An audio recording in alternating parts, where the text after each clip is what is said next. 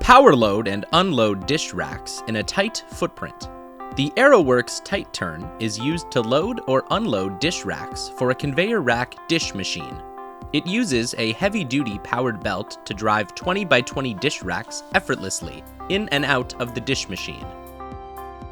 The Tite-Turn has a very small footprint, 34 inches square, for both load and unload units. A small footprint gives you greater design flexibility.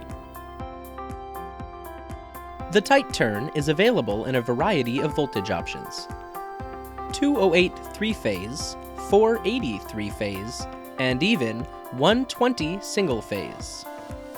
Now, the Tite-Turn is available for the new Hobart ventless conveyor type dish machine as a load and unload unit.